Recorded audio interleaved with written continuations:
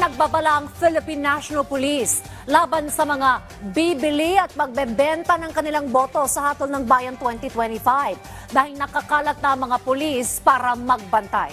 Yan ang ulat ni Ryan Lesigas.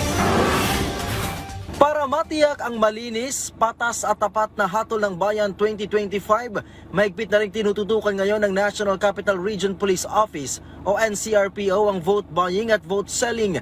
Ayon kay NCRPO Acting Director, Police Brigadier General Anthony Abirin, ipinakalat na nila ang lahat ng kanilang units para paigtingin ang intelligence gathering at magsagawa ng proactive enforcement operations. Bukod dito, ay tuloy-tuloy din daw ang kanilang pakikipag-ugnayan sa Commission on Elections o COMELEC para sa implementasyon ng kontrabigay campaign na opisyal na inilunsad itong Pebrero para masawata ang vote buying, vote selling at misuse of state resources.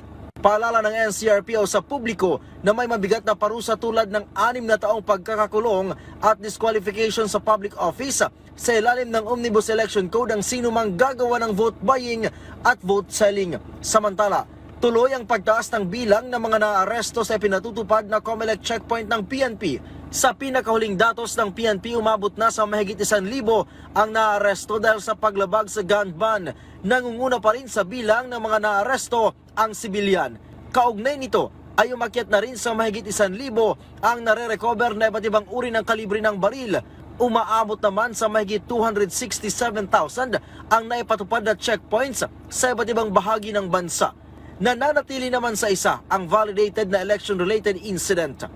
Mula dito sa Campo Crame, Ryan Lesigas para sa Pambansang TV sa Bagong Pilipinas.